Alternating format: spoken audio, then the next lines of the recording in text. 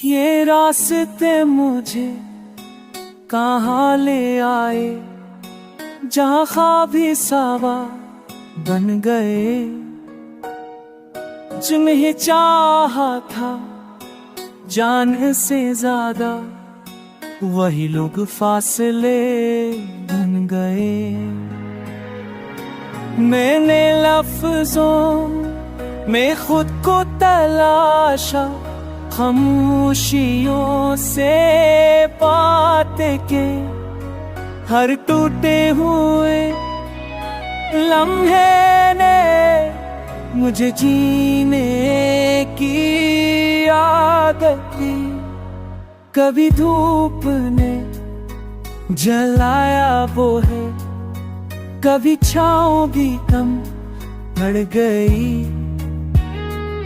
मैं चलता रहा यकीन के साथ, मद मंजिल कहीं खो गई।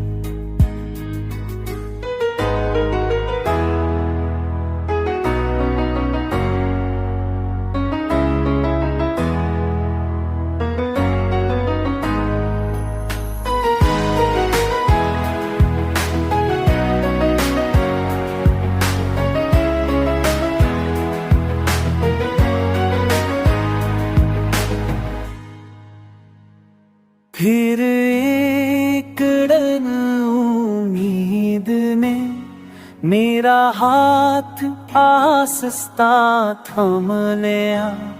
मैंने माज़ी के सारे गम एक पल में पीछे छोड़ दिया। अब मैं खुद से वादा करता हूँ कि हार कभी ना मानूंगा।